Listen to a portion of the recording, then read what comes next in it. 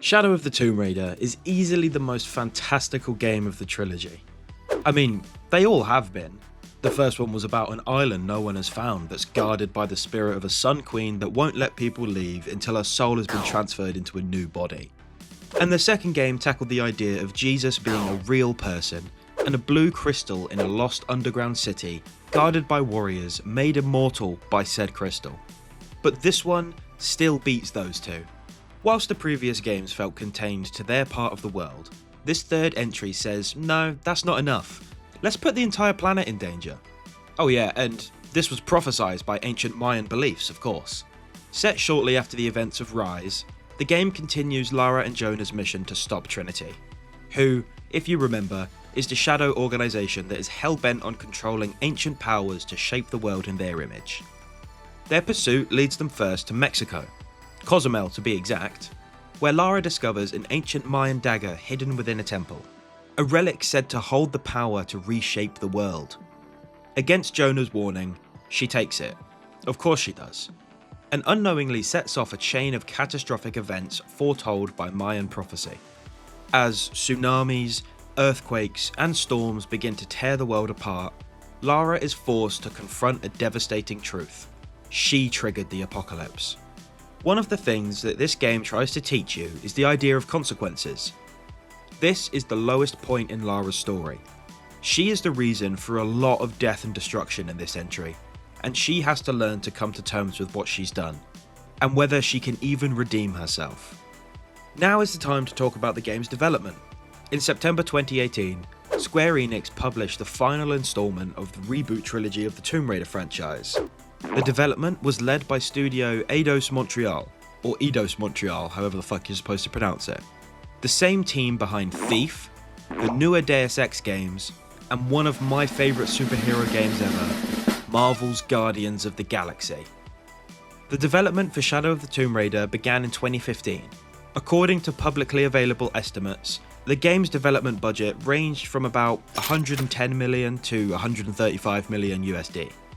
Square Enix noted that during the 6-month period that ended in September 30th, 2018, they saw net sales and operating income decline compared to the prior fiscal year.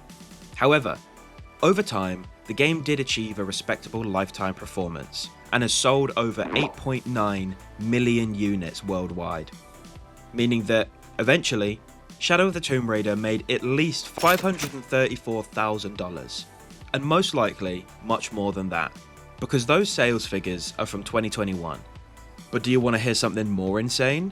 As of September 2021, the Tomb Raider series as a whole has sold more than 85 million units worldwide, and the Crystal Dynamics era of Tomb Raider accounts for around 46.6 million of that.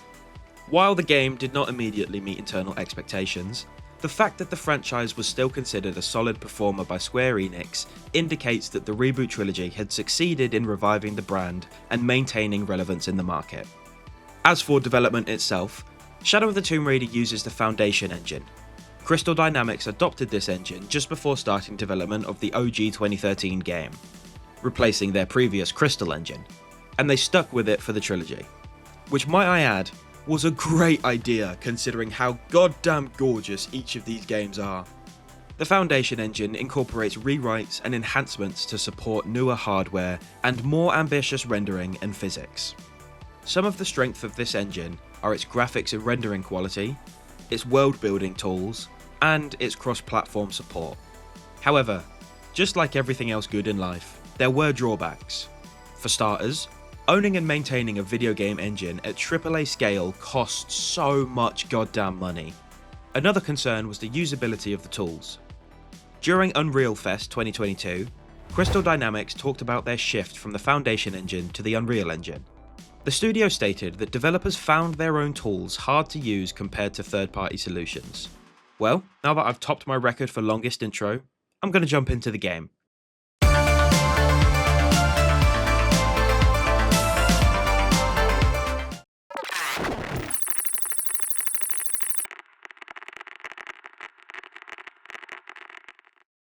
The game opens directly into a plane crash. Just like the other games, Lara can never catch a break. For now though, we don't find out what leads to the crash because the game doesn't start where it starts, so I'm going to skip over this whole scene until we get back to it later in the game. Flashing back now to 2 days before the crash, Lara is trapped in a cave. That's now 2 openings for this game, and neither of them are good situations for Lara. Jonah radios to ask Lara if she's okay, and she says, "Yeah man, it's all good. My leg's pinned under a rock, but you know, that's nothing when you think about it." A little side note, you can already see how amazing the Foundation engine is just from this scene. I mean, just look at Lara right now. Thankfully, she kept her combat knife from the previous game, and uses it to get the rock off of her leg. With that out of the way, she grabs her trusty climbing axe, digs it into the wall, and painfully drags herself free. Now we just need to climb back up where she fell down and we should be golden. Once out of the hole, the camera pans to a dead Trinity person, showing us that Lara and Jonah are still following Trinity's trail. She takes one of his climbing axes, and we continue her ascent. Now that she's out, she warns Jonah over the radio that the path into the site is filled with traps. Jonah replies that Trinity is guarding something, and mentions that after 6 weeks of searching, he's finally heard about a potential lead. A man named Dr. Dominguez, a supposed VIP expected to appear during the upcoming Day of the Dead festivities. This is where the game introduces the first new mechanic. You can now climb overhangs, yet another feature that makes you feel closer to Spider-Man. I wouldn't recommend the jump and reattach method for this one though. This climb also leads to the first amazing view of the game, one of the many views this game will provide thanks to the Foundation engine. Given this is just the prologue, we get to the main exhibition real quick.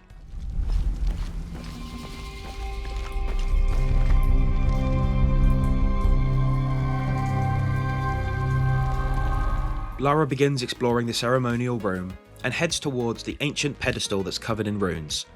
And there's also constellations on the walls. Unfortunately for her though, she doesn't see through the lens of the camera, which notices a device placed on the side of the pedestal.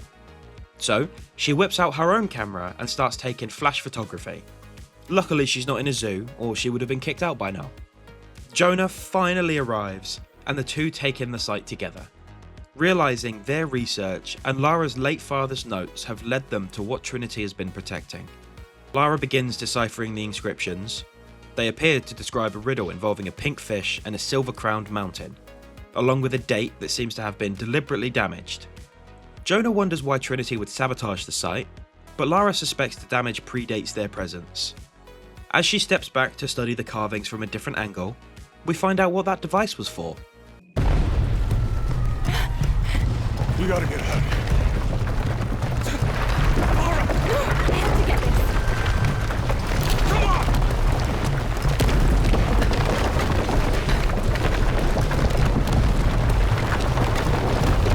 Move! Move! Hurry! Come on!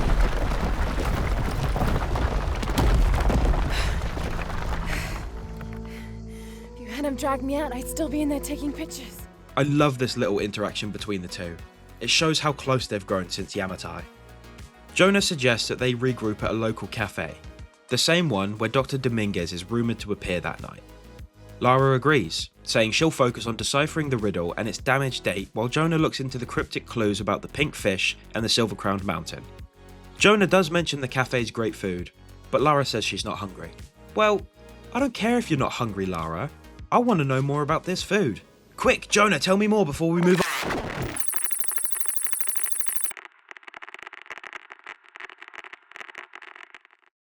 Holy shit, Jonah. This isn't just a stakeout point, it's a makeout point. This is fucking gorgeous, man, oh my god. Jonah then spots Dominguez, and since first hearing his name, Lara has done some digging. Turns out, Lord Croft mentioned Dominguez often in his notes, calling him an expert on pre-colonial ruins. Not just that, but Jonah notes his public reputation as a charitable man helping the locals. Are we sure he's a bad guy? He sounds kinda pleasant. What am I saying? The nicest people in games like this are always the most evil. Turning back to her notes, Lara deciphers a riddle connected to another goddamn hidden city.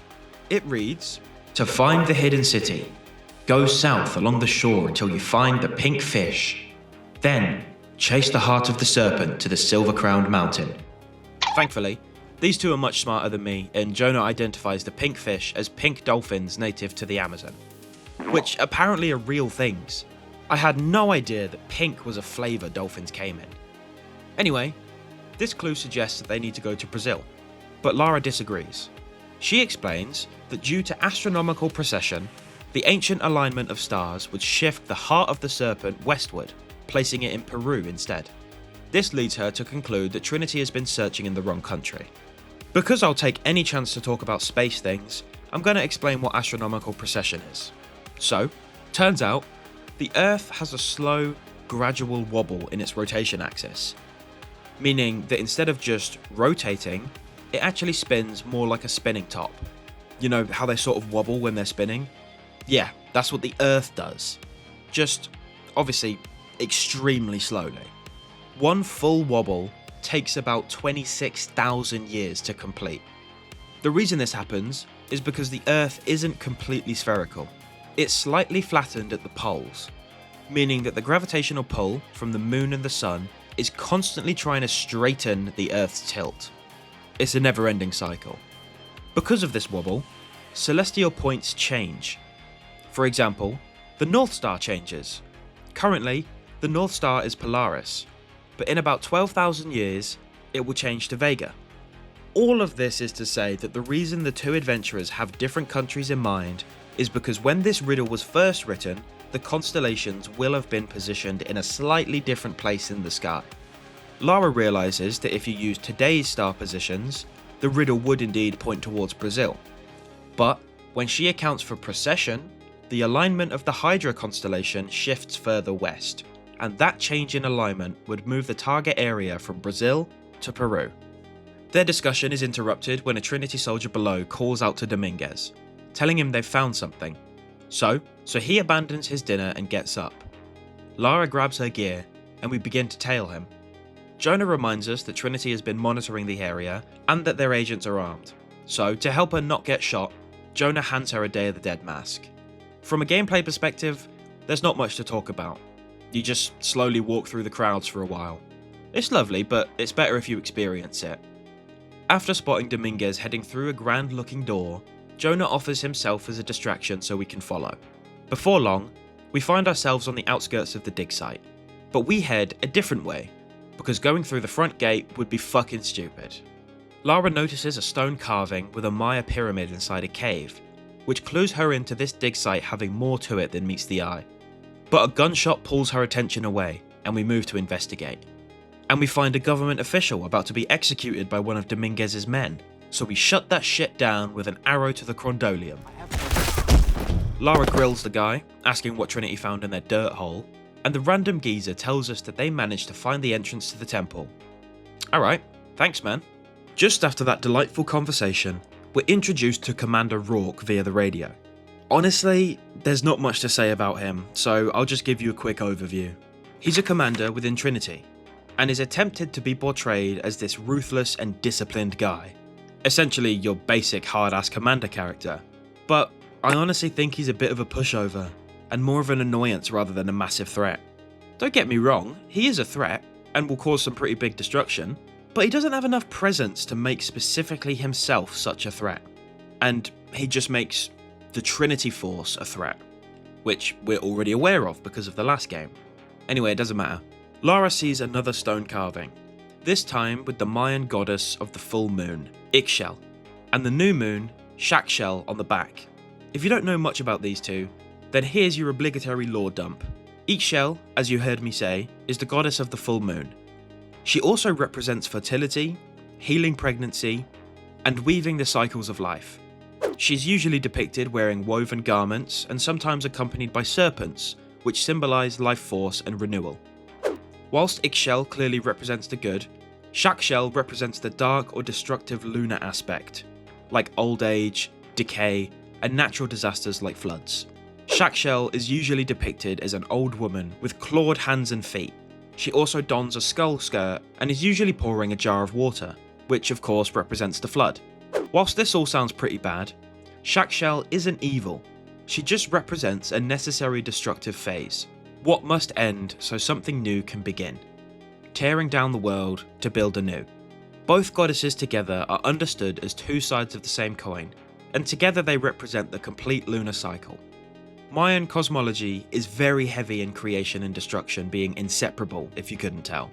And just after seeing that lovely carving is when we're introduced to a new feature, the rappel.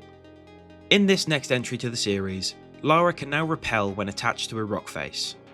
I love this, and it makes for some good traversal sections. For example, wall running. I mean, it's always cool. Being able to swing yourself across a wall in order to jump to another. Who can't love that? And it's just after this wall run tutorial that we see a great shot of the skull rock and also find the entrance to the cave. So we squeeze further in. And it's here when you're introduced to murals. Although these aren't anything new. Remember the language mechanic from the last game? This is essentially what the murals are for, just in a different shape. Shadow of the Tomb Raider also introduces air pockets when swimming, which do exactly what you think they do. And this is just foreshadowing to how much you'll have to swim in this one. Oh yeah, and you can also be attacked by eels. I like that. Oh, fucking bastard! Get the fuck off of me! And bam! The underground temple, baby, we found it. Now we just need to get to it.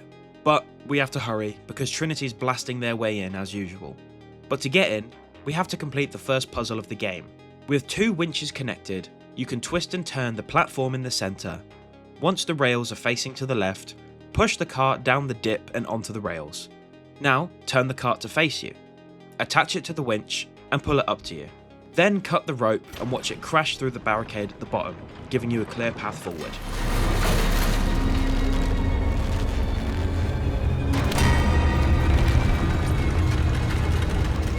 Now let's just rappel down here and check this place out. Lara calls Jonah on the walkie-talkie and tells him about the mural she sees on the wall. It shows the silver box of Eggshell, which Lara assumes must be what's in the hidden city. I know I mentioned it earlier, but yeah, there's another hidden city in this game. She also reads that this myth claims the box will summon the god Kukulkan, who is the god of creation and destruction. Lara also notices a series of cataclysms on the wall. She sees a tsunami, a storm, an earthquake, and a volcanic eruption. She then takes a look at the table in the centre of the room, which details the Hydra constellation. However, Lara notices the stars are out of alignment, so she spins the table to realign them. And when she does, the table does some trickery and reveals to her a dagger. Looking a little closer, Lara notices an inscription that says, "The key to Eggshell's heart unlocks the cleansing." And immediately after this, Lara jumps to the idea of taking it, which Jonah and everyone who's seen Indiana Jones says is a bad idea. But she says, nah, fuck it, and takes the dagger anyway. And literally as soon as she does, the entire temple starts shaking and falling apart. If only someone had warned Lara to think before she takes. Thankfully, it doesn't start an obligatory Tomb Raider running away from something sequence and we just walk out, directly into a new mechanic. You can now use certain walls to hide from enemies. I love this feature. I mean, of course I do, it makes the stealth better. And I immediately use it to murder a guard. Hell yeah. With him out of the way, we move further into the dig site, and over here the Operation Blackout has been initiated, which means killing all the local workers. But before they do that, bing, bang, boom. Nice. Oh, more victims. Gamma leader, where? After shooting some explodey barrels, Trinity comes barreling down on us, but they're really not that threatening. Getting back to the land of civilians, we're instantly caught by guards and drop the ancient mythic dagger. And then it's taken from us. So, good job keeping it away from Trinity's hands, Lara. Dominguez offers Lara a hand, but she refuses, and he says this isn't the way they hoped they would meet. He's apparently been quite interested in her work. The dagger is then handed to him, which he is very happy about. But then he asks for the silver box of Eggshell, which we don't have. Lara attempts to bluff, but her speech skill isn't high enough, and Dominguez sees right through her lie. He never thought Lara would just take the dagger. This is where we learn his motivation. He claims that with the box and the dagger, he can remake the world without weakness or cruelty. But he tells us that without the box, all that will happen is the apocalypse. Oh great. Great job, Lara. Next time, don't steal an ancient artifact that clearly shouldn't be stolen. Lara instantly assumes that he's lying, but he knows that Lara felt something was wrong when she took the dagger. and he tells us that a tsunami is coming, which is only the first in a list of catastrophes that I've already mentioned. And it's all Lara's fault. Honestly, I can't even defend you, Lara. The writing was literally on the walls. As the conversation wraps up, we hear more tremors and people screaming in the distance, which just proves that Dominguez was right.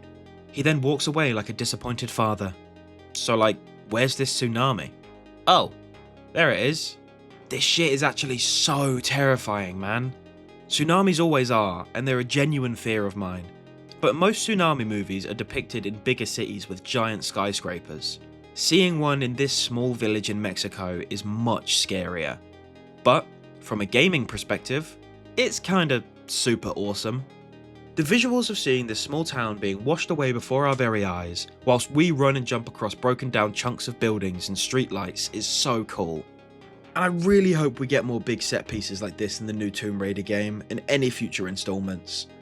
But the game also does let us sit in the horror of this disaster by having us swim through a shop that is now underwater, its patrons having been drowned. For the thrilling action-adventure game to go from fast-paced and fun gameplay to something so heavy and emotional, all without dialogue spitting in your face, is so great. You know how horrible this is, but it's up to you to decide how much it affects you. Speaking of horrid sights, next up is this really shocking moment of a child being forced out of the window on the top floor of a very tall building. He tries to hold on, but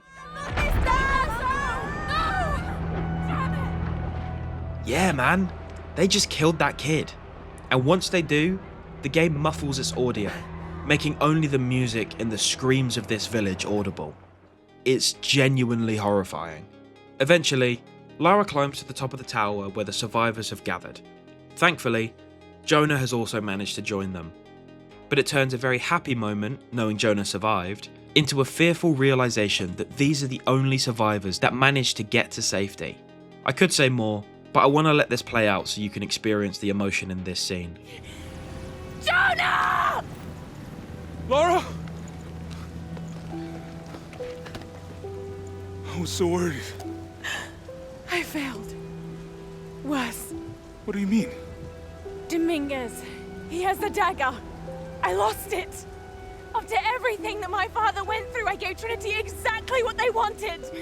He'll use the box and the knife to remake the world. To remake it into what? I don't know, he thinks he can rid it of sin and weakness. A man like that, we have to stop him. It's all my fault.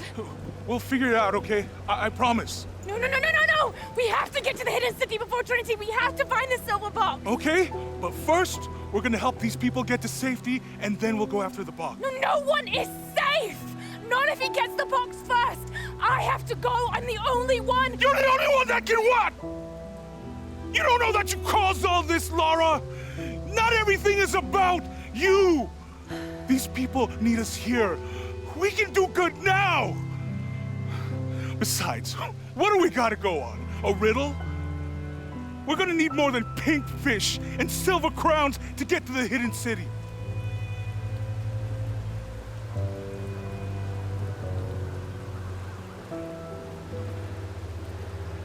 I'm gonna help these people. And then I'll find us a plane.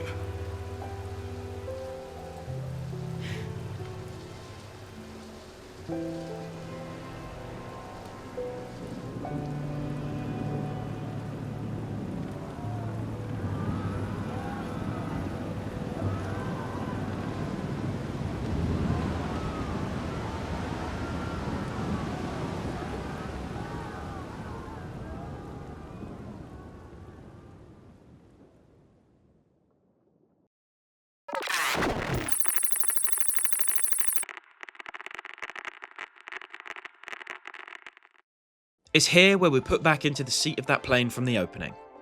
Now we know the context, the pair are heading into the Peruvian jungle to find the silver box. And the reason the pilot gets 360 no-scoped by hail is because Lara caused the apocalypse. Great, now we're all caught up. After the crash, Lara wakes up in a tree, as all good plane crash survivors do. She did manage to stay in her designated seat though, so getting out is as easy as...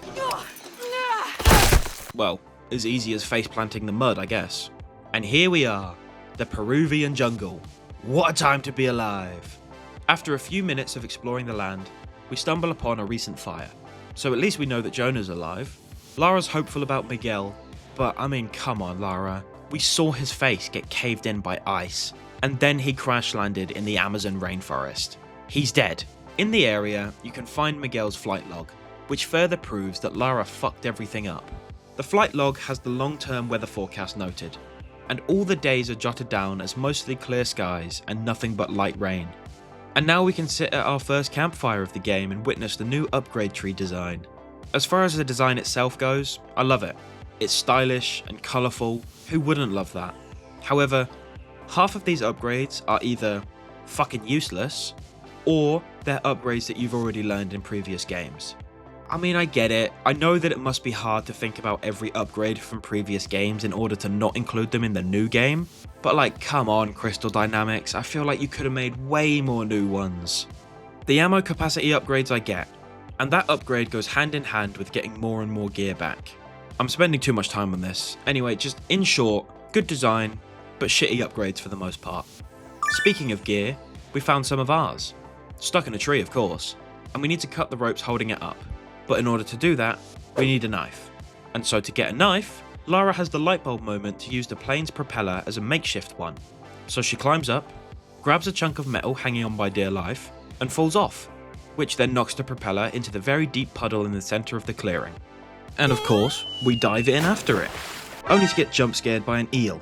This gives Lara the motivation to rip off a perfectly knife-shaped piece of metal from the propeller, and she uses it to stab the shit out of the eel. So, what awesome stuff do we get? Oh, it's the bow and our walkie-talkie. I mean, I don't really know what I expected. Of course it's going to be the bow. Even Lara questions why she didn't pack all her gear together. But oh well, at least we have something to defend ourselves with. That rabbit was a threat to my life. In this area, you will also find your first optional challenge tomb. Also finding your first piece of equipment after falling down into a secret chamber. Opening the tomb will give you Evening Star's boots. And this is where I can talk about the outfit gear. Lara has options for her upper and her lower body gear, which will give her boosts such as taking less damage from bullets and arrows to resisting fire damage altogether. I don't really know about this feature. The bonuses are cool, and some of them can be very useful, but I don't think a gear system like this fits all too well into a Tomb Raider game, but I guess I can be glad that they didn't overdo it. Anyway, Lara stumbles across a crime scene. A lit flare still burns over a pool of blood which leads further into the forest. Am I supposed to follow that? I guess I have no choice. Not too long after, you can find a journal entry. So, you know how most forests have their own folktale creature? This forest has the Sisamite, who is known as the guardian of the forest. It will kill men on sight and take women back to its cave for, mating purposes. Great. So it might not have been a jaguar that killed Miguel. It just as easily could have been fucking Bigfoot. Miguel? Are you okay, buddy? Oh, I see. Was it a Sisamite or... Oh, okay, just a jaguar. Oh shit, a jaguar.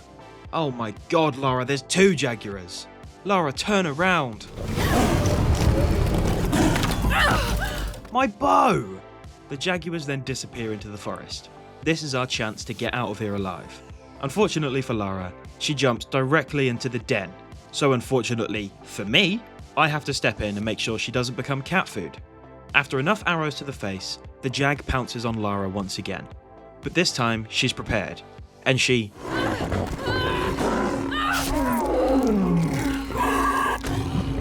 As upsetting as it is to kill a cat, it had to happen. R.I.P. Jaguar, you were just doing your job. Oh shit, I forgot there was two of them. It doesn't attack her though, and it does have enough taste to make a reference to Alien 3, so I couldn't possibly kill this distinguished gentleman. Climbing out of the Jaguar den leads us straight to a new part of the plane wreckage. Unfortunately though, there's still no more signs of Jonah. We do see more of our gear though, notably the climbing axe, but there's some rustling in the bushes. Oh god, is it another Jaguar?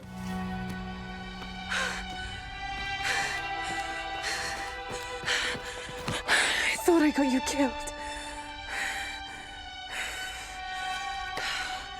Hey, do you know what happened to Miguel? Let's forget about Miguel. Jonah, you're alive. We need to celebrate. Where's the champagne?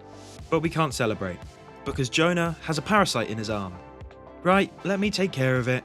Wait, what are you doing? Hey man, let me do my thing. As Lara cuts the worm from Jonah's arm, the pair make up and become best friends again. Jonah understands where Lara is coming from, how easy it is to tunnel vision on a problem when you have one. But he raises a good point. If they die, no one else will be around to stop Trinity. And Lara actually accepts this, and then opens up.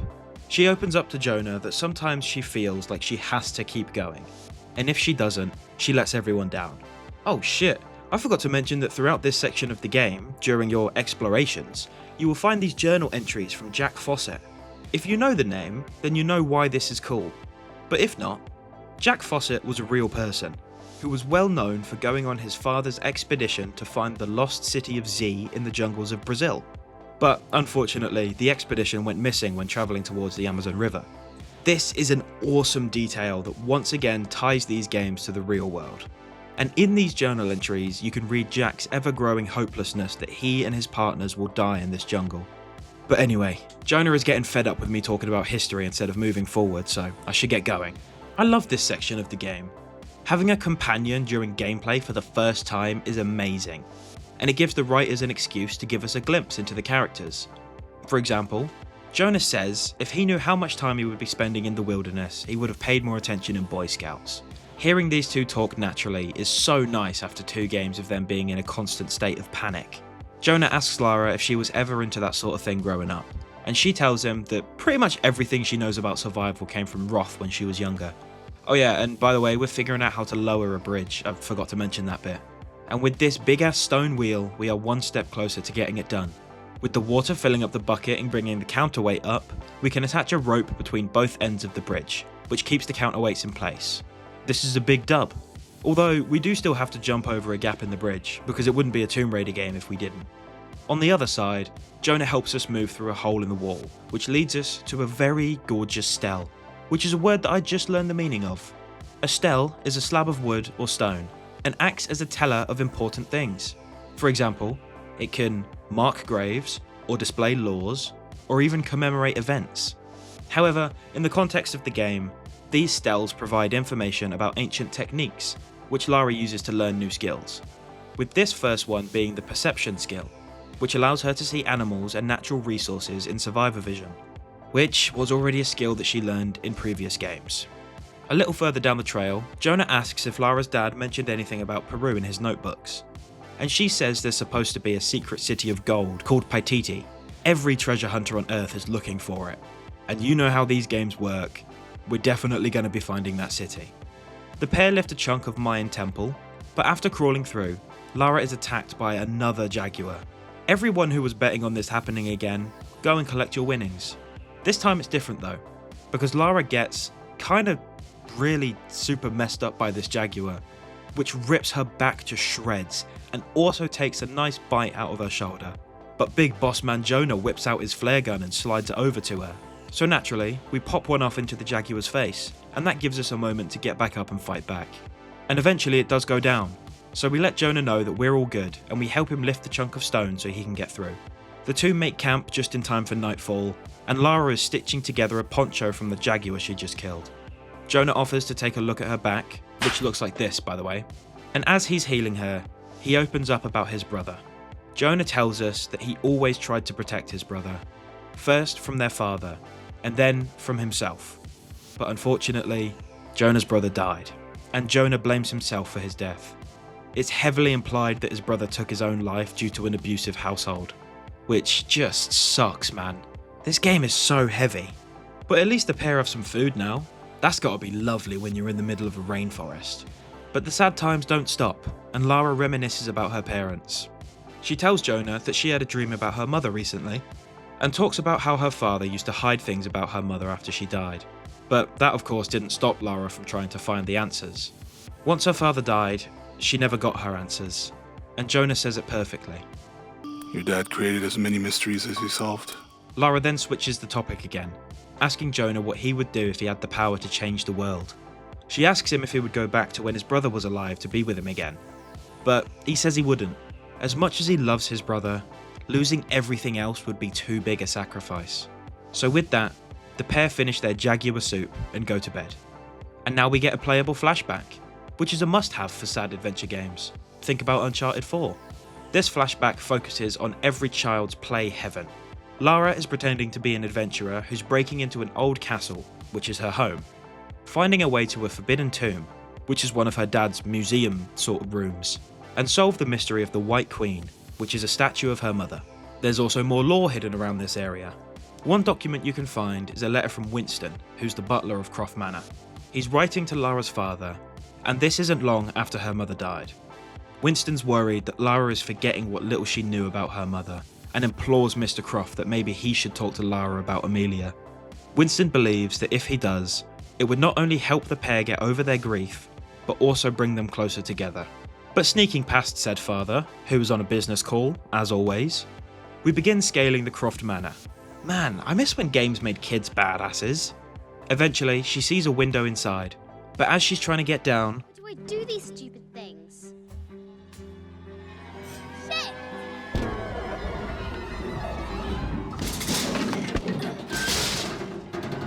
Ah! Ugh.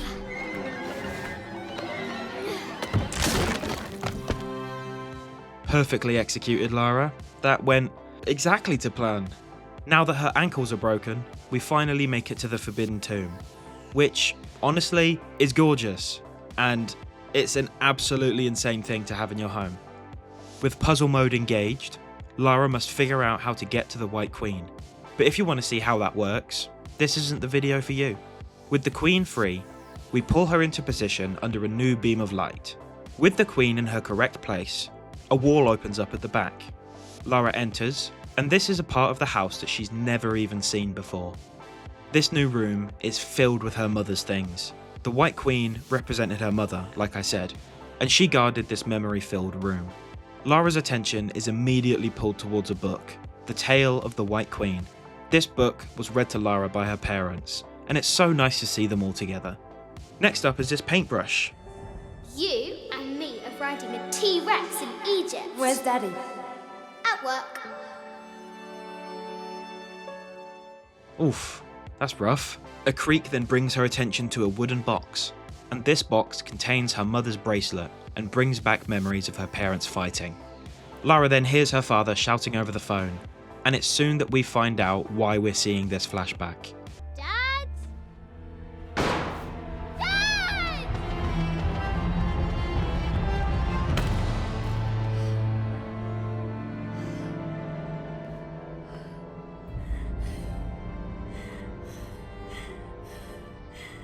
Dad! Come on. Please, Dad. Wake up. Dad. Don't leave me.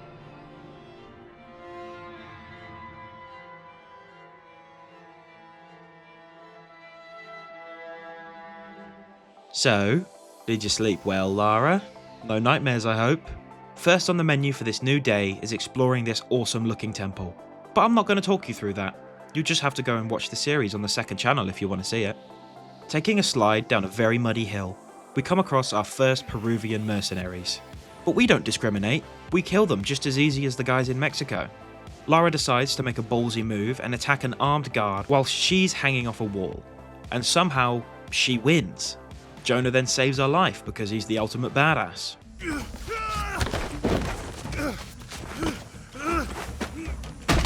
Fuck you!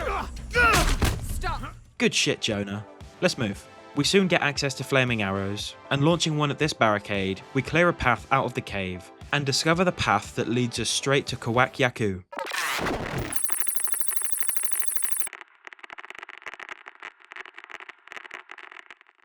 And here we are, finally in Kawak Yaku, finally back to civilization.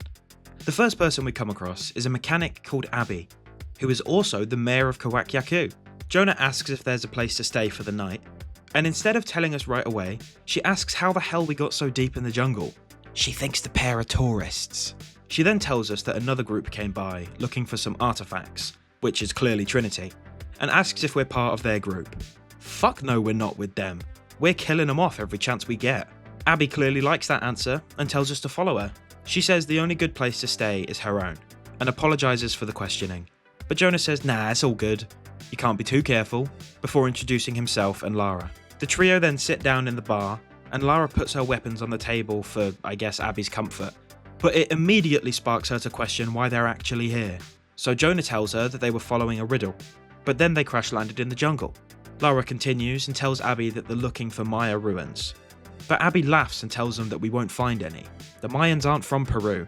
Abby turns her attention to Jonah, pointing out that he doesn't seem like the typical archaeologist. But he says, nah, I'm just the cook. Don't cut yourself short, Jonah. You're my big teddy bear boy. Abby takes interest in the fact that he says he can cook, and asks if we've tried the local ceviche yet. What I'm trying to say is Jonah and Abby are hitting it off. Oh, they be flirting big time. Abby notices the picture we took back in Mexico, and says she recognises the symbol. There's some ruins nearby apparently that have the same one. Lara asks if they can have a look around, and Abby says it's fine, but she can guarantee the ruins aren't Maya. The pair get up to leave, but Lara tells Jonah to hang back and get some rest. An absolute W wing woman play on her part. Eventually, we wander into the ruins, and Lara notices a little hole in the wall which reveals a quote. She then puts two and two together and begins to break apart the wall. Well, no, not technically breaking it, but restoring the original one. When she breaks off enough of the wall, she can read, The twins come together before following the path of the living. So at least we know a little more about this puzzle now. Lara ventures through the wall alone. Jonah offered to stay behind and see what else he can find, but that's probably just an excuse to hang out with Abby some more. She finds a door just after the wall and uses her Tomb Raider strength to open it. Behind that door is another door, which opens up to this amazing shot of even more Amazon rainforest. Luckily though, the temple she's looking for is directly in the centre of this view, so we once again set off to get there before Trinity does. Jonah radios to ask if we're okay, and Lara lets him know that there's a Trinity base here. Unfortunately for him, Abby walks in on the mess Lara made, and grills Jonah about it. So he hasn't got time to chat, and he tells Lara not to do anything crazy. Can do. I never do crazy things. Time for a new mechanic. In this game, Lara can lather herself in mud, which will give her even more of a stealth advantage. And that's about it. Cover yourself in mud, and you become invisible to the predators. I mean, just look how invisible I am. Recon team is en route. Look out. Lara radios Teddy Bear to let him know that Commander Rourke is also here in Peru, and he ordered Trinity to lock down a dig site below an old oil well. She says they must have figured out the next part to the riddle, so it's underground we go. But it doesn't take long to regret that decision, because everything's on fire. Okay, well, I think that'll be why. Of course there's a giant lava pit in the temple, and it leads directly to a puzzle. This time, you have two towers, one on the left and one on the right, which have symbols and shit on them. If you head across the lava pit, you can feel up a wall which reveals some clues. Using these clues, you can solve the mystery. Who would have guessed? Now that you've solved the puzzle, you can open the door, which will lead you to another door. That's just what you wanted, right? Head back to the cranks, redo that shit, and now you can open door number 2, which reveals door number 3.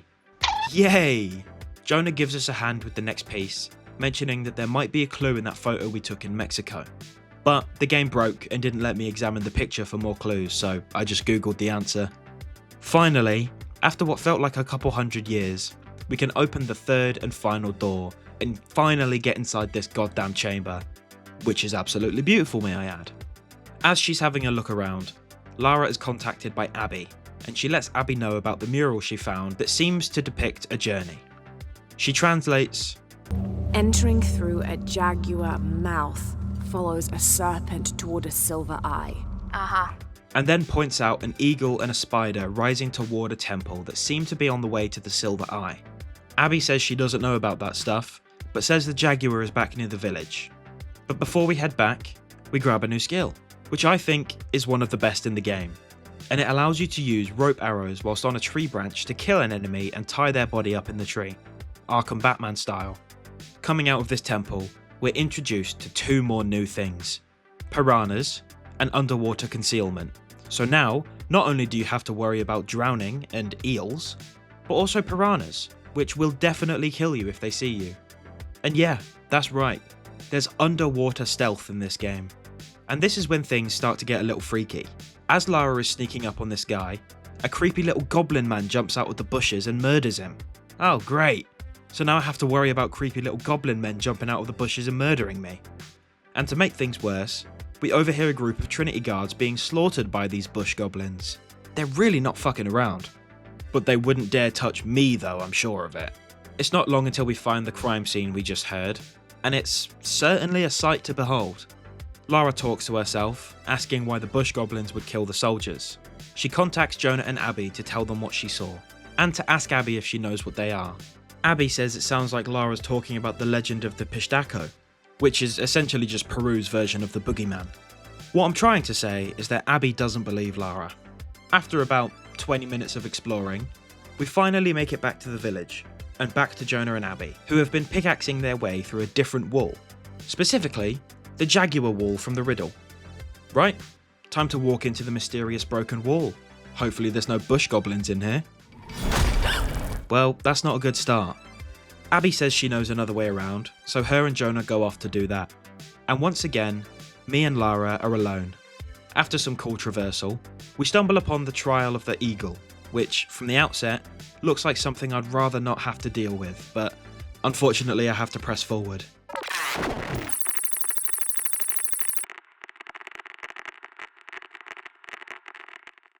With that in mind, we climb into the death trap, which immediately proves that I do not want to be dealing with this. First off, we connect a pole to another pole, and this gets the mechanism moving, which opens up a few flags, and reminds me very quickly of the orrery from the previous game. After having a premonition of jumping to my death, and then another of being crushed to death, we rip down a wall and yank on a pulley thing which opens the door right next to me. Attaching that pulley thing to a pole thing will keep that door open, which lets us activate the second part of the tower. With all the sassiness aside, I do quite like this section. I mean, who couldn't enjoy a section in an adventure game where you get to climb a dope-ass convoluted structure? But I'm a big fan of this one specifically, not because only Maya ruins are really cool, but the rotating arms here remind me of Kung Fu Panda, and I like that movie. Now also seems like a pretty decent time to talk about the platforming. Don't get me wrong, it's great, but it doesn't feel as fast as it should. I don't mean the climbing itself isn't fast enough, but the input to animation delay gets me killed a lot during my playthrough. What I mean is, when you're changing directions to jump off of a climbable wall, for example, you have to wait for the animation to be fully over before the game lets you jump in a different direction. And this leads to a lot of accidental jumps in the wrong direction, which sucks. Eventually climbing to the top, Lara gets her hands on another shiny, which actually does nothing but improve your language skill. Lame. After all our hard work, the reward is this amazing view, which Lara must tell Jonah about, of course, and he lets Lara know that him and Abby made it through the cavern. Also, check this Spider-Man shit out.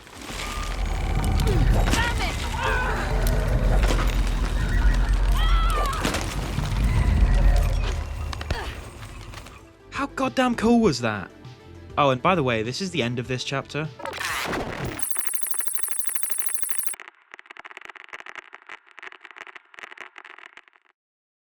Yeah, this is the hidden city.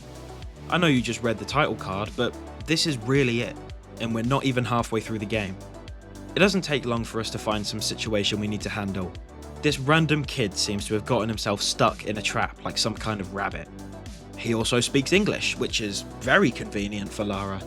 But before we can help, we get shot at, and then charged by a fucking reptile guy. So Lara kills him, obviously. But then she notices something horrible. The tribesman has a Trinity logo on his cute little outfit. Fuck's sake, man. They're even bothering me out here in the middle of the Amazon rainforest. And this time it's an ancient Trinity soldier. At this point I might as well just bomb the entire forest. Before I can worry about that though, let's free this stupid kid. 3 more warriors rush us, but they're taken out by an unseen force. The unseen force then becomes seen when Lara looks at them. Turns out it's another tribe of warriors, and I'm assuming these are the good guys because their leader is blue.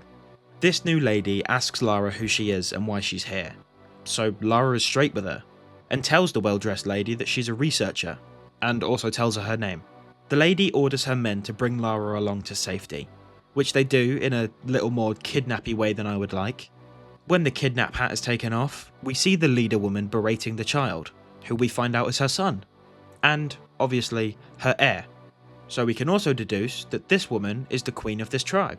She blames her kid for Lara finding the tribe, and says that the kid put himself in unnecessary danger, and if he hadn't, Lara would be none the wiser that there was even a tribe here. The queen then turns her attention to Lara again, and asks her that if she's not part of the cult, which is Trinity, then how did she find this place? Lara again replies with the truth, telling the queen that she followed the map from the temple, but she wasn't expecting to run into any people. She then asks why Trinity attacked her son, and tries to build trust, saying that she's also fighting Trinity. The queen then asks why, and Lara tells her that Trinity are trying to find the magic box.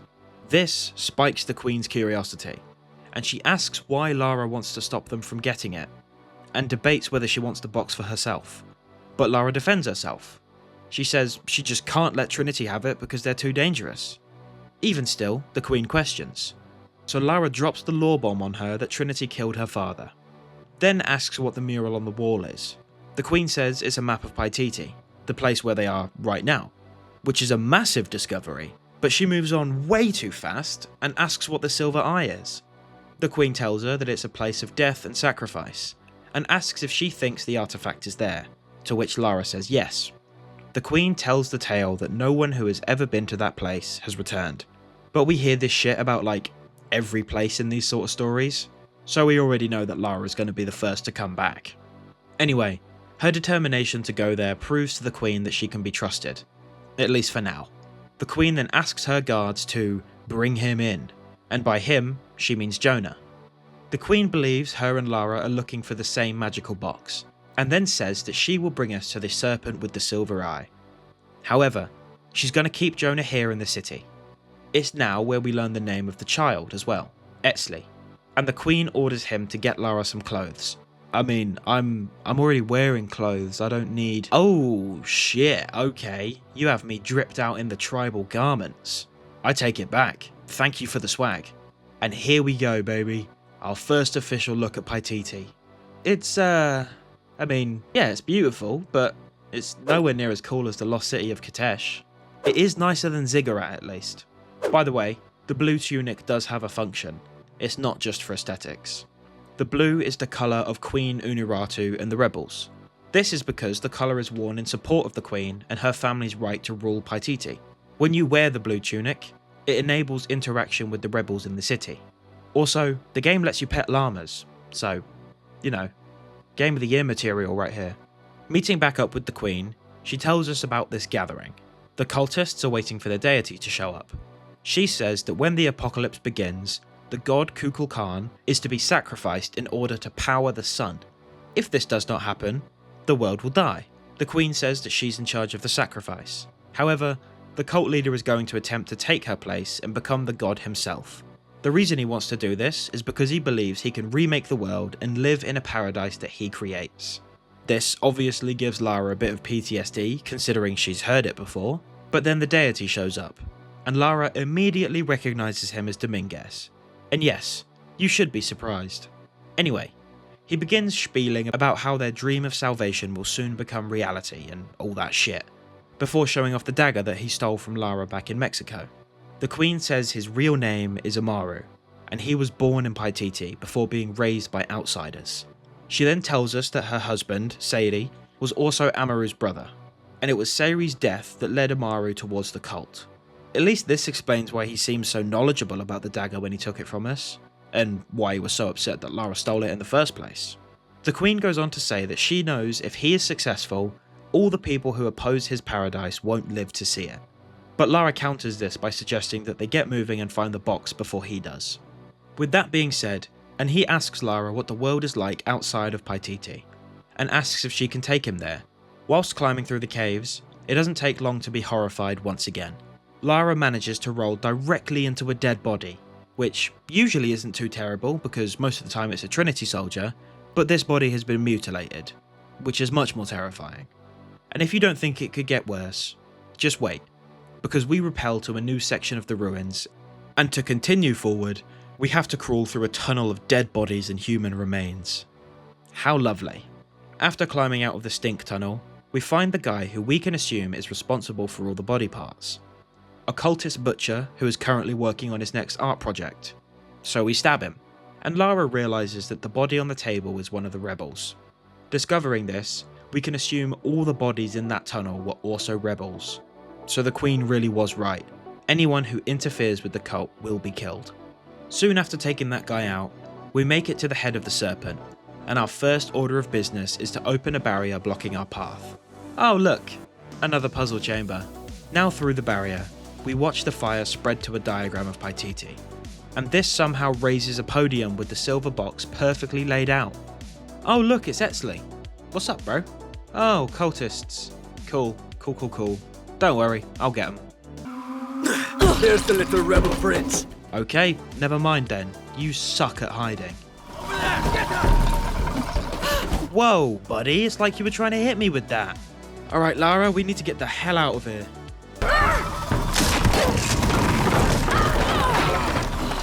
Holy shit, Lara, are you okay? God damn, that dude definitely isn't.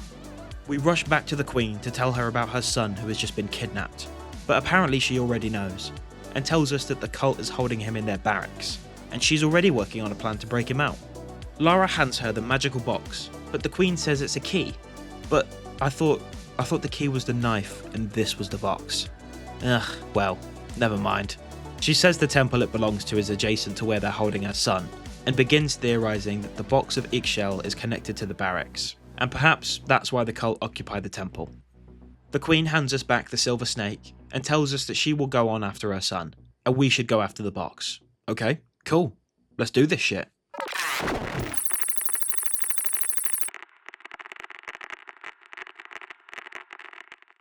Rappelling down into the mountain temple, we can finally get our arsenal back out and start cracking some skulls.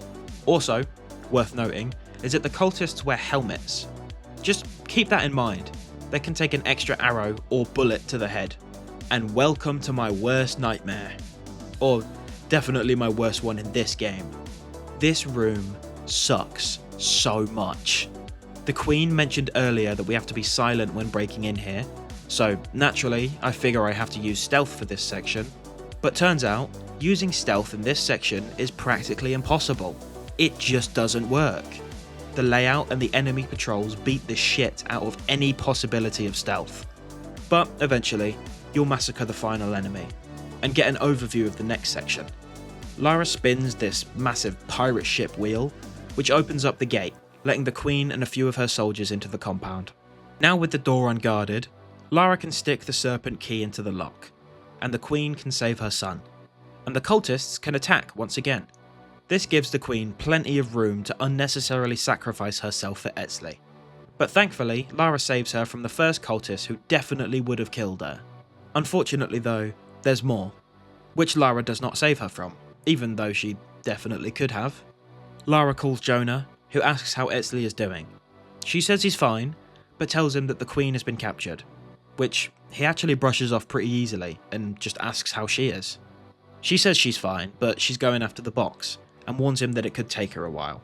Also, look at this amazing view. Absolutely beautiful. Oh, by the way, this is the Eye of the Serpent, so let's go.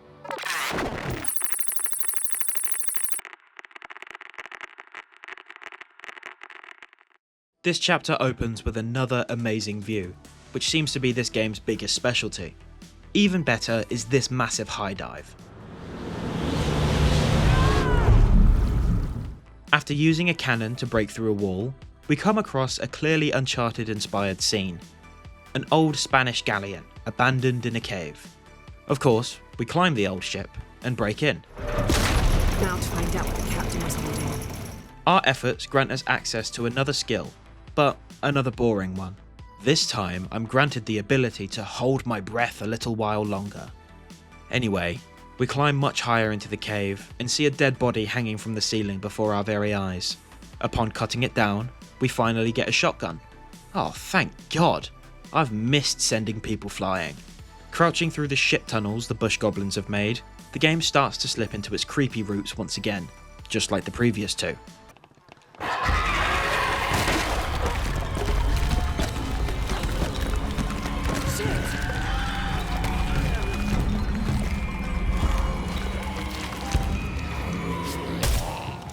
Hell yeah, baby. We finally get to fight back against the bush goblins.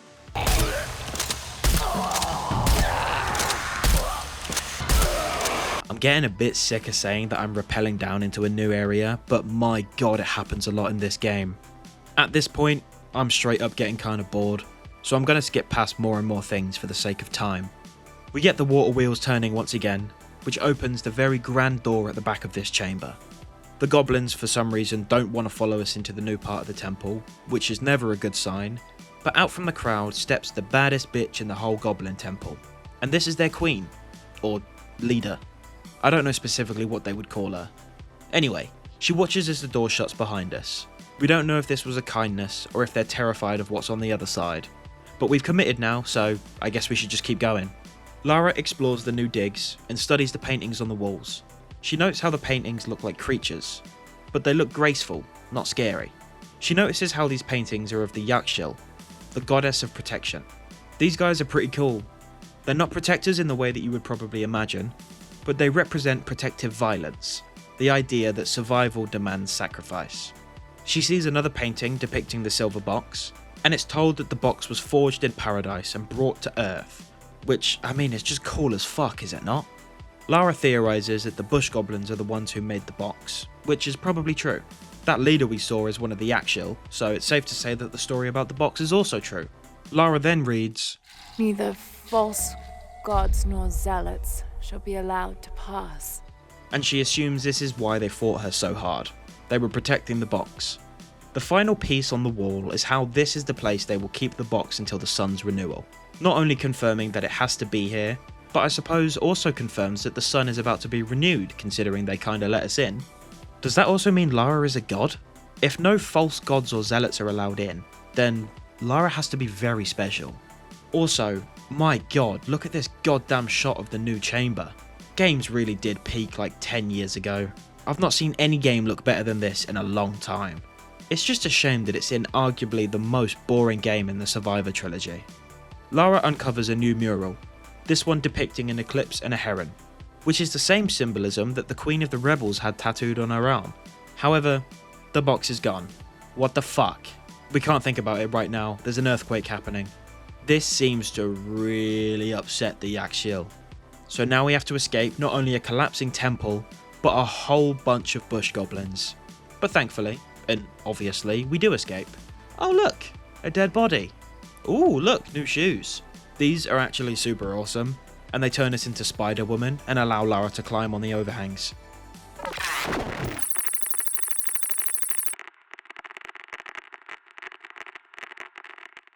After all that crazy shit, we make it back to Jonah and Paititi. Lara tells him that the box was gone, and the Queen was captured, even though she already told him that. Jonah replies with, "We heard." Yeah, no shit, Jonah, you heard it from me when I told you like an hour ago. Anyway, Uchu, one of her closest guards, tells us that she's being held at the prison by the old temple. One of their other warriors, Hakan, has also been taken after a failed raid. Jonah suggests that we just charge the bridge that leads to the prison. It's aggressive. I don't like it. Wait, what am I saying? I love it. Let's fucking bum rush them.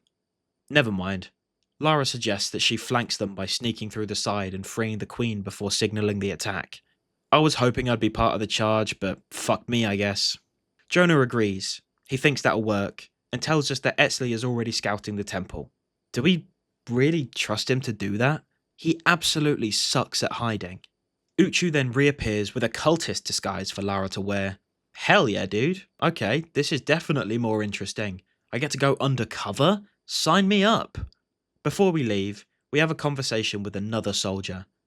What she says is kind of important, but what I want to briefly talk about is that this soldier is one of the Shorn ones. She was on the other side before joining the rebels. Anyway, the Shorn ones were an actual class of warrior in real Maya history, also called shock troops and famously wearing jaguar and eagle helmets. Shorns were elite fighters trained not to kill but to capture, and their prisoners were sacrificed to the gods, and without sacrifice, the sun itself was believed to fail. Armed with obsidian-edged makwahital blades, and clad in animal skins, these warriors struck fast and close, breaking enemy lines. Their armour was psychological, On the battlefield, they represented their gods. They didn't just fight for them, they fought as them. Anyway, she tells us of the Shield of the Agemaker, which is apparently the evidence we need to prove to the rebellion that the Queen is the one to lead Paititi into the next age. Inscribed into the shield is the ordination ritual. This ritual will prove the Queen worthy to lead. The Shawn tells us that the shield is hidden deep within the mountain, beyond the path of the hurricane. This is another trial to test all the people who seek the shield. I'm gonna go get that shield. Hey, what's up, dudes? I am one of you. Yes, totally. I'll be going through now, please. We find Etzli sticking his entire body out from behind a wall, and literally in the sightline of everyone, completely hidden if I do say so myself. Somehow he's managed to find out the password for where they're keeping his mother. So, good job. You piss me off, Etzli. I'm gonna go now. We speak the passphrase to the guards, and make our way down into the prison. As we do, we overhear the Queen and Dominguez arguing, so we sneak up to get a better listen. If my brother was alive, rest his soul. Yeah, he will think this bickering is a waste of time. Come home. I am home. This is home. Unarutu, dream for a moment. How will Paititi prosper when Dawn comes in a world without threats coming from the outside? Aren't you such a threat? Remake the world? We all create destiny, together as we are. Everything I've ever done has been for Paititi. Everything! When it was divided, I unified it! I am the only one who sees the real threat here. You come and go as if your life here is optional. Yes. I have lived the outside world and I have seen what's to come. Every day it encroaches. Paititi will not survive its invasion. Everything we are will be taken or destroyed. Well, then we must fight for it together, according to the will of its people. By restoring the sun. That will only ensure Paititi's safety for a moment. But then, it doesn't protect us from discovery, invasion. Our destiny is to be doomed. No! No! We must be bold, decisive.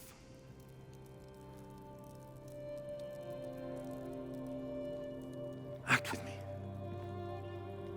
I need your intelligence, your resilience in my world.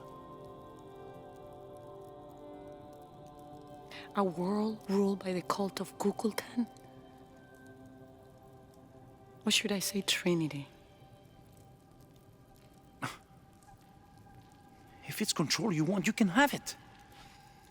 Just help me now ensure Paititi's safety, and then, by all means, you can govern it as you wish. I will give you the throne.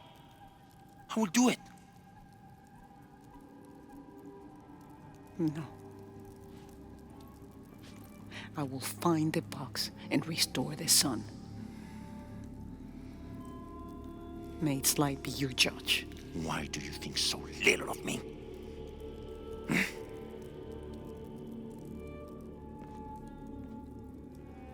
Take her back to her cell.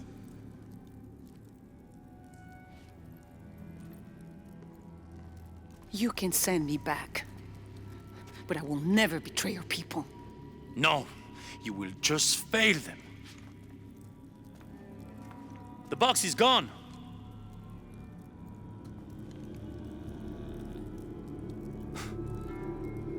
A missionary, Andres Lopez. He stole it 400 years ago. What? You just wasted your life searching in the wrong place. Leave me now. That was a great argument, guys, but I have to get moving now. Eventually, after a lot more climbing, we make it into the cell where the Queen is being held. However, the Queen doesn't seem too happy. She's actually kind of depressed. But Lara tells the Queen about her new clue.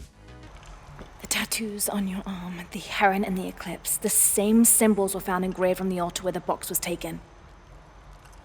What? What do the symbols mean?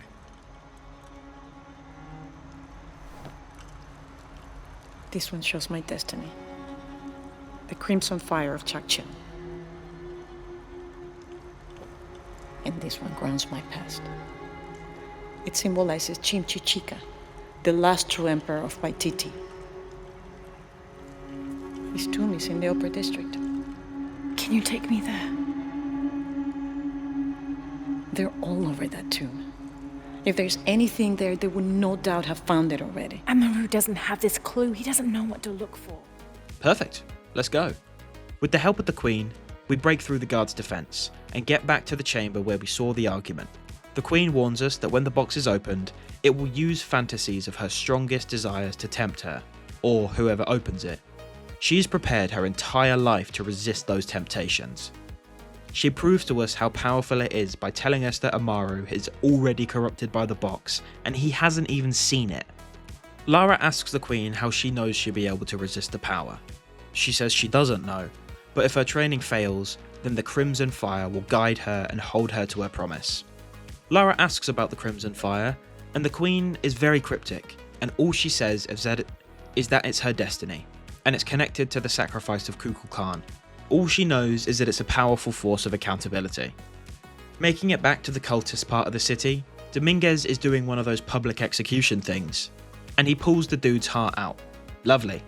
But how about instead of focusing on that, we focus on this sick-ass statue that doubles as a tomb? Hell yeah!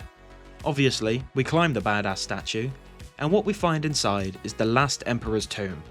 But as Lara is trying to figure out what she's missing, she overhears combat music coming from the Queen. So she jumps off the statue, but then this happens. No!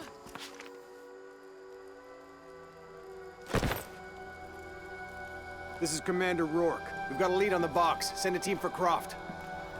You massive piece of shit, Rourke. I'm gonna find where your mama lives and tell her to put you on the naughty step. Good luck, dickhead. Unuratu recites her final lines in the script and gives Lara her necklace, and asks her to give it to Etzli, who, with her death, is now the leader of Paititi. And then she dies, and Lara is sad. Using her sadness and anger, and my gaming skills, Lara absolutely shreds the gang of cultists who ambush her. And I can't lie, it's awesome.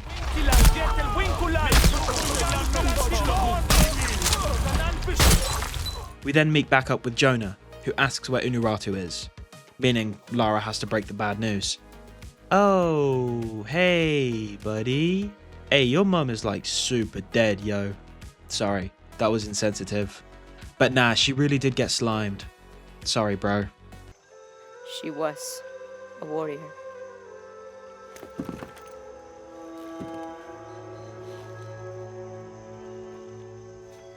The eclipse draws near.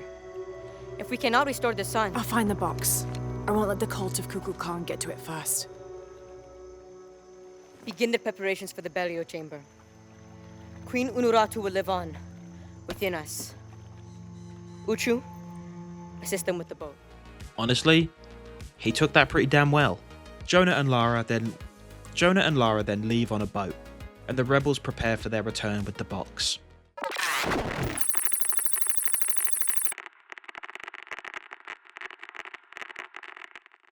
This boat ride is pretty depressing, actually. The dynamic duo are both very upset, and as Lara depressingly points out, All that for another riddle. it sucks, man. Jonah asks what the riddle said, for his sake and the players. The heart of the serpent is in the cup, near the many stone faces. What the hell does that mean? All of a sudden, a helicopter appears out of thin air and starts unloading on us. Lara gets hit, but thankfully nowhere important. Unfortunately though, her and Jonah are separated. She emerges somewhere and tries contacting Jonah, which obviously doesn't work. A soldier finds the washed up Lara, and this starts one of the coolest cutscenes in the game. Don't try me.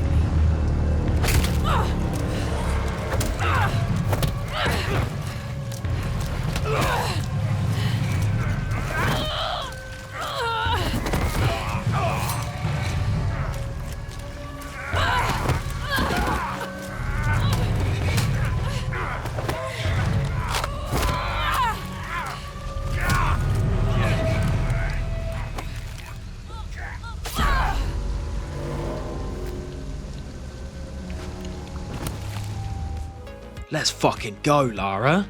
If all it took was the queen of a lost city to die for you to turn into a badass ruthless killer, then I would have found a way to murk her way earlier. Seriously though, I love this cutscene. I know throughout the game we get to see Lara's survival skills, like using mud and hiding in trees, but there's not many cutscenes throughout all 3 games that show off Lara's fighting skills. We had that one back in the second game when she fought off that Trinity soldier in her house, but that's about as much as we get now that I'm thinking about it. Eventually, Rourke radios Lara. He knows that she's been intercepting their communication since Mexico. He speeds right to the harsh words and asks how it feels knowing that she caused all the cataclysms and suffering in the world. He twists the dagger by saying, "Oh, you just had to have that dagger, didn't you?" See what I did there? I used a twisting dagger analogy to talk about a real dagger. You could say I'm somewhat of a professional video essayist. But we make it to their outpost anyway, because words cannot stop me from killing people. Look, I'll give you some examples.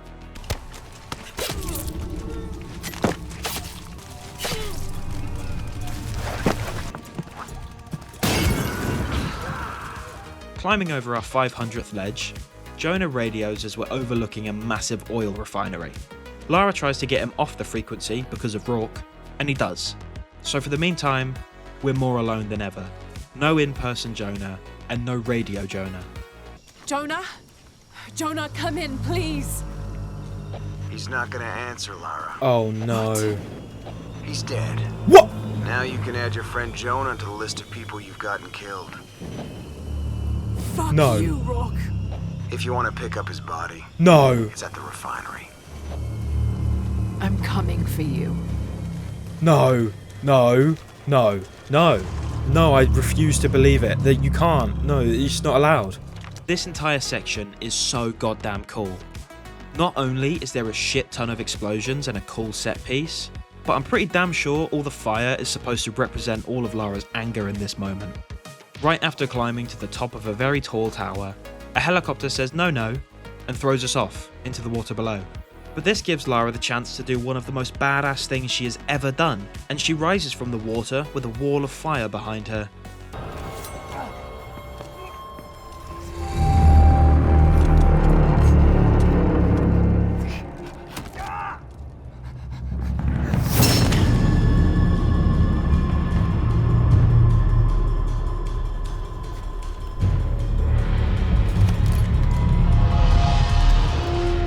Now equipped with a new weapon, we get our get back and slaughter every single soldier we see.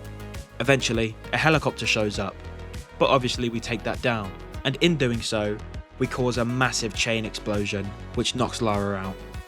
Upon waking up, she overlooks all the death and destruction she's caused, and she feels empty. She caused all this. Jonah's dead, and now she's alone.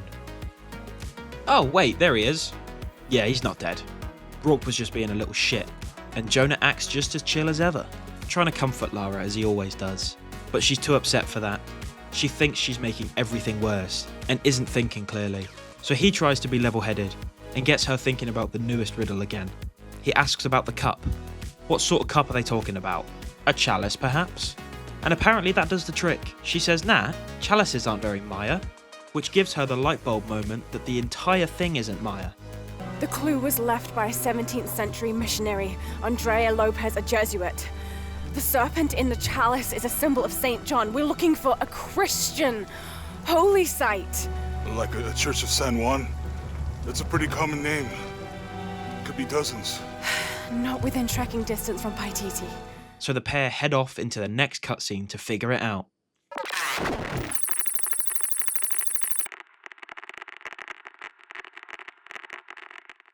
We fade back in to see a lovely view of a big-ass mountain, and a little further down, a view of dirty ruins and a knockoff Mount Rushmore.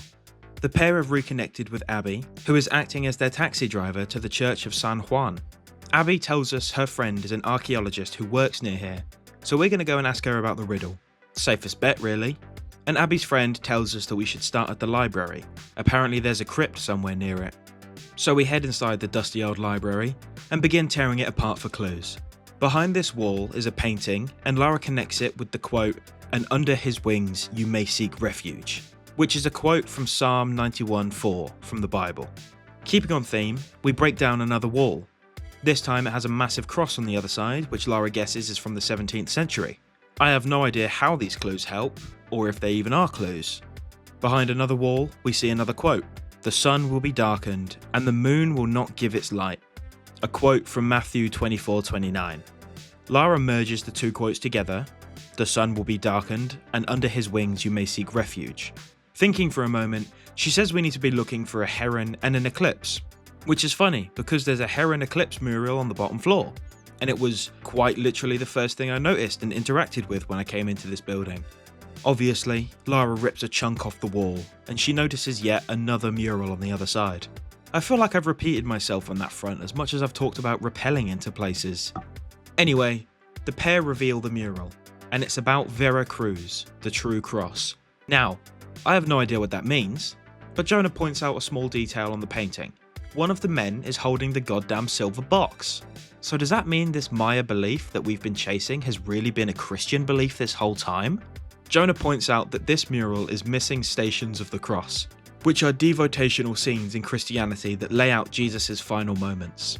Lara points out that before 1600 there was only 7 stations, meaning that this mural could date back to the time of Andres Lopez, the Jesuit we're here to find more about. The pair figure out that it's a clue, and Jonah says we need to find a cross around here somewhere. Aha! I know exactly where that is. They both use their massive muscles to lift the cross, and when they do, it slots into place on the wall and opens up a hatch in the ceiling and the roof, which then beams sunlight directly onto a little spot on the floor, which then gives way to a secret underground passageway. How the fuck did they create something like that in the 1600s? Who cares? It's a secret tunnel, it's badass. Lara is the first to go down, and it's actually way nicer down here than I thought it would be. Jonah is soon to follow, but he biffs the landing a little bit. Station 2. Jesus falls the first time. This section is actually pretty cool. However, now that I'm thinking about it, I think I find it so cool because it's so much like Uncharted. You know, small spaces, puzzles, a partner. Also, you're using beams of light this entire time to solve the puzzles, which I always quite enjoy. I like seeing the finished thing with all the light beams bouncing off all the surfaces. Eventually we make it into a room where a shit ton of mummified corpses hang from the ceiling. Incredible. Lara decides to push a random object she knows nothing about, and almost gets herself killed. I thought you were supposed to be smart, Lara. Why would you mess with some random fucking thing in a secret dungeon tunnel? After rotating a light beam to hit the mirror above another one of these death traps, pushing the slab this time causes both Lara and Jonah to fall through the floor. I love this new tunnel we fall into. It's decorated from wall to ceiling in crosses, and the wall at the end of the tunnel is broken into the shape of a cross. It's also filled with skeletons, but that's normal at this point. Going through the wall, we enter an even more horrifying room. Even more mummified bodies are strewn across the place, the focus of which are the homages to the stations of the cross, created using the mummified bodies.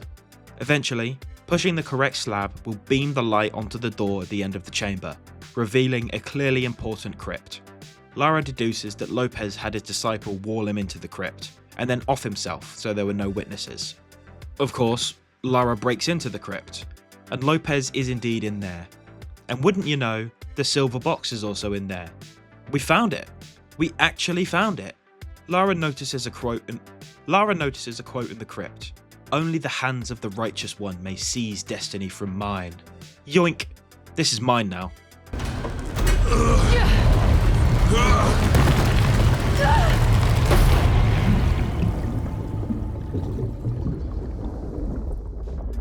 God damn it! There's not much to say about this small section other than this piece specifically.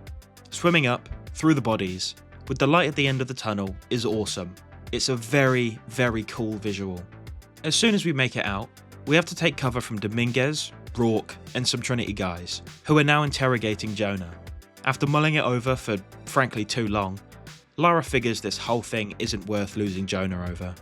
So she surrenders. Jonah obviously isn't too happy about this, but what you gonna do?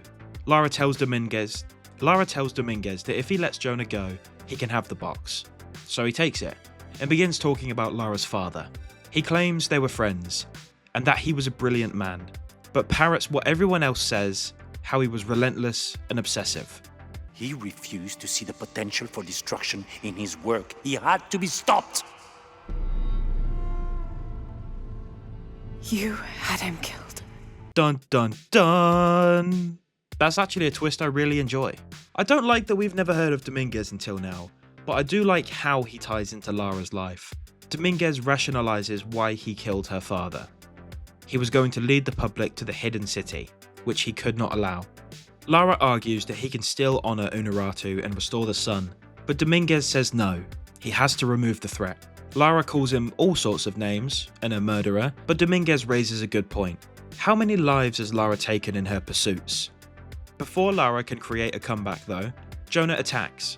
And honestly dude, he destroys him. He even gets his hands on the box. As you can imagine, this kicks off a massive battle between Lara and Trinity. I'm a huge fan of the backdrop for this one.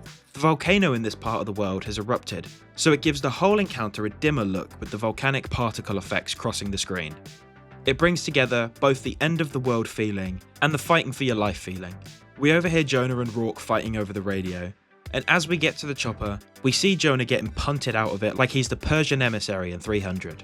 Jonah says he's fine though, then Abby appears out of fucking nowhere because this game has to remind us that she's still a character. Oh yeah, and Dominguez partially gets away after the helo takes some damage, so the pair tell us to go after him. In order to do this, we have to outrun a mudslide whilst the whole environment around us begins falling apart. Which begs the question, how are we supposed to believe Jonah and Abby make it out of this alive? Moving on, I want to point out how cool this section is. It's the same idea as the first time this happens with the flood, but how could you possibly think this isn't cool? Short answer, you can't. By the end of the section, Lara makes a massive leap of faith into a body of water, and we get such a cool shot of all the chunks of house sinking below the surface. Thankfully, none of which hit Lara, and she safely returns to the surface. The game then fades to the next scene. Jonah and Lara have reunited, and they're boating back to Paititi. Bam! Here we are. Hello, your highness. Lara has to explain to him that Dominguez has the box, and Etzli tells her to take some time to prepare herself whilst he gathers intelligence and fighters. We're gonna get that box back before the ritual is complete.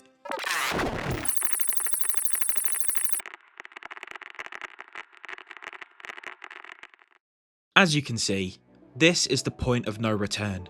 We're in the endgame now. Uchu talks us through our options.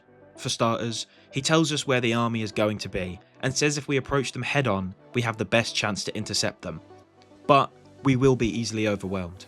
Jonah steps in, telling us that if we go in through another entrance, it would be more secure, but our timing would have to be perfect.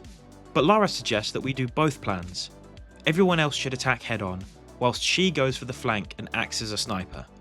Etzli also agrees that this is the best option. So it's decided. We merge plans. Lara and Jonah wish each other luck and head for battle. As I'm sure you can imagine, we run and jump through this section, overhearing Rourke on the radio. After a couple minutes of this, we stumble upon that red leader queen woman, and Lara repeats the queen's destiny. When the crimson fire smokes, seek your mirror. Lara approaches the Yakshil queen and realizes that she is the crimson fire, and they need to work together to defeat Kukulkan. Ixchel. The Yakshil queen then grants Lara a headpiece, one representing Ixchel. With this bond made, we are now one with the Yakshil. After not too long, we see Rourke getting involved in the fight, and of course, he's in a big ass heavy armoured truck. What a pussy. Fight like a real man, Rourke. We finally catch back up with Dominguez, and he seems very upset that the Yakshil are on my side. Lara tells Dominguez to hand over the box. It's theirs, but obviously that doesn't work. Lara does give a pretty good counterpoint though. We all create destiny. Not just you, all of us. Together. But that also doesn't work. And this kicks off Battle Part 2. I'm just glad we can actually get involved now. After enough time pushing back against Rourke, the Yakshil begin to overrun him before the Queen jumps onto his truck. This is Paladin 1. I'm surrounded. Out of ammo. No! Please! No! Finally! I'm so glad he's dead. I'm very pissed off that I didn't get the kill, but at least he's being ripped apart by bush goblins. After climbing very, very high, we make it to another small arena at the top of a very tall tower. You heard that right. That's all 3 games in a row that end on a small arena up in the sky. But at this point it's more funny than it is lazy. Dominguez sticks the thing in the thing, and in doing so, turns him into a living neon light strip. Then 3 idols also light up and begin sucking him off or something. Gross. Anyway, let's fight. As soon as you get a chance, hack away at the idols. This will cause a wave of enemies to aggro onto you. Take those guys out, rinse and repeat 2 more times, and this will weaken the barrier around Dominguez. With the barrier weakened, give Dominguez a little stab. He won't like it, but you gotta do what you gotta do. But thankfully, Lara steals his dagger before he throws her away, and this gives her a taste of the power of the Sun God. Now with the barrier down, you can finally shoot Dominguez until he collapses. When he does, run up to him and give him another little stab. This will upset him more than the first stab, but don't worry, you're stronger.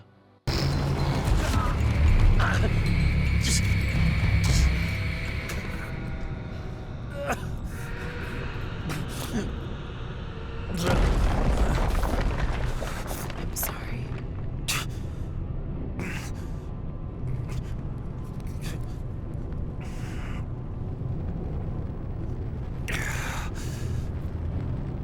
Protect Paititi. With Dominguez dead, the power of the Sun God transfers over to Lara, and this sends her into a fever dream wherein she sees her parents again. This is what Unuratu was telling us about. This is the temptation. But Lara remembers that the script needs her to resist these temptations, so she does. The Axial Queen then appears, and Lara remembers she was told that when the catastrophes come, the god Kukulkan must be sacrificed in order to power the sun. So Lara gives the dagger over to the Queen, who prepares to sacrifice her. Please. I will.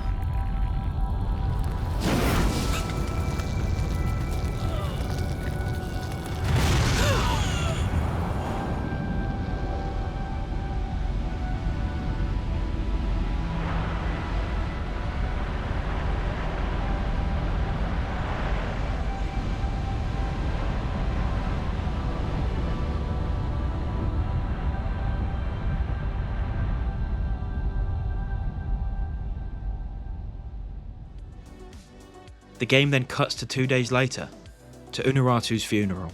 Etzli gives a lovely speech about how his mother was a warrior, a rebel, and a queen. And then bam! Lara's alive.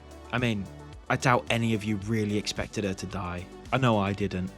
Jonah tells Lara that he's heading back to Kawakyaku tomorrow, and Lara teases him and asks if he misses the jungle. But the real reason is much sweeter. Abby and I are headed to the coast for a few days. Hell yeah, Jonah. I'd dap you up, but you're a virtual bro in a video game. Lara says she's going to stay in Paititi. And restore a few more artifacts? I don't know. She says she wants to stay and help rebuild. She isn't sure what she needs to do, but she is sure that Etzli will let her know. We then get a beautiful view of Paititi with a lovely piece of backing music as the game fades to black and ends. So bam, there we go.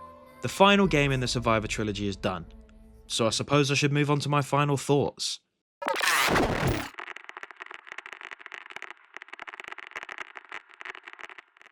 As I'm sure you gathered from a few of my comments throughout this video, this is my least favourite of all 3 games in the trilogy. I don't think the game is bad, and I'm sure I'm biased to a degree considering I played all 3 of these one after the other. However, after thinking about it more and more, I think the reason I don't resonate with this one more than the others is because I don't really know much about Maya history or religion.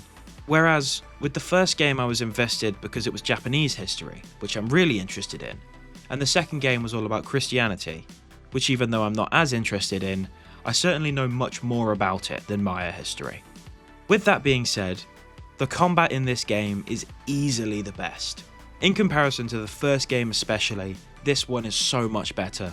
The addition of mud and wall hiding, for example, is so cool. Even if I didn't enjoy the story as much, I really do love the Mayan history take. Like I said, I don't know much about it, but getting to learn more through not only this game, but the research for this script was so cool. Their history is genuinely very interesting, and I would recommend doing your own research. Okay, on to more negative stuff. For starters, I hated the skill tree in this one, which is so sad because of all 3 games, this one has the most interesting UI, but so much of the skill tree is filled with skills that you've learned in previous games, and there's just no reason for this other than to pad the game. I hate it in any game, but when one gives you a story reason for a character to lose their skills, it does make it less frustrating. I also think the characters in this one are much weaker. I didn't really give a shit about anyone other than Lara and Jonah. This, again, could just be the fatigue of playing these non-stop, but I don't think any of them were really that interesting. Dominguez only really had one thing going for him, which was his connection to Lara and her father, but even then he's just so bland. The same goes for everyone else really. Unuratu, boring. Etzli, boring and annoying. Rourke, barely even in it. There's just nothing to chew on other than Lara's guilt. Speaking of, this is something I really did love. Flipping the script and making Lara responsible for so much pain and destruction is great.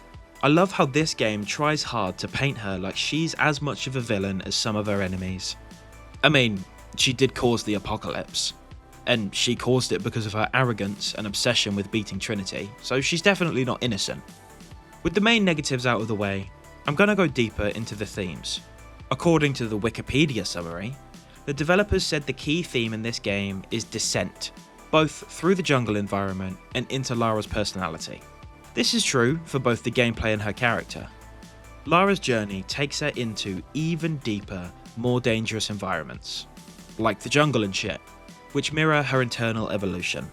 She is no longer the survivor or the explorer. By the end, she is asserted to become the Tomb Raider she always feared becoming. Thus, the themes involve the shift from innocence through obsession and culminating in mastery and the consequences of that. Several critics did point out that the game tries to engage with the themes of culture, colonialism, and the extraction of artifacts, but arguably undermines them with its mechanics. For example, the essay Mixed Messaging and Shadow of the Tomb Raider argues that whilst the game's aesthetic attempts to respect indigenous cultures, its gameplay loot, kill, and collect undermine that. And A Piece in Vice states that the game tries but fails to tackle its own colonialism. These voices mean to draw attention to how the narrative superficially acknowledges the themes of colonialism, white explorer, rich artifacts, indigenous setting. Yet, the gameplay still follows the familiar adventurer loots tombs trope. Thus, one of the meanings is an uneasy tension between the desire to show respect for others and the commercial/adventure conventions of the franchise. Thinking about the game's story, more specifically the dagger in the box that can reshape the world, this emerges a meaning about who has a right to remake the world and what sacrifice is necessary and how power can corrupt or redeem people. For instance, Dominguez wishes to destroy and rebuild the world in his image, but Lara resists being just an instrument of that. The lesson here is, power demands accountability, and that desire to remake the world often ignores the voices of those inhabiting it already. Because this game concludes the reboot trilogy, many commentators point out that it explores Lara's identity and legacy. The French Wikipedia notes that the story was designed to conclude the journey that begun with themes of Lara's personality and exploration of the jungle. We already know that we have the notion of legacy in these games, what Lara inherits from her father and what she becomes, for example. Thinking now about lessons this game teaches, we can say this: be aware of the consequences of your actions. But that's the most obvious. The story suggests that simply gaining power is less meaningful than what you do with it, and more so, what you refrain from doing. Respect for cultures and histories matters. Looting, exploitation, and taking always have morally murky consequences. Even though the game doesn't always fully succeed at this, the attempt is there. Lara's transformation is as much internal as external. Sometimes the descent is necessary to achieve the rise. The game uses the descent motif to show how confrontation with the past leads to a fuller self-realization. And finally, I want to go back to the colonialist critique. Using exotic locations, indigenous mythologies, and then treating them as backdrop for a white protagonist's arc can reproduce existing tropes. An article from the First Person Scholar highlights that Lara Croft has become a focal point in discussions about colonialism, representation, and appropriation, and rightfully so.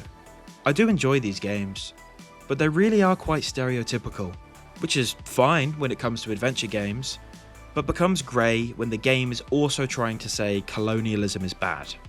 Anyway, overall, I did enjoy the game, but I enjoyed the gameplay more than the story.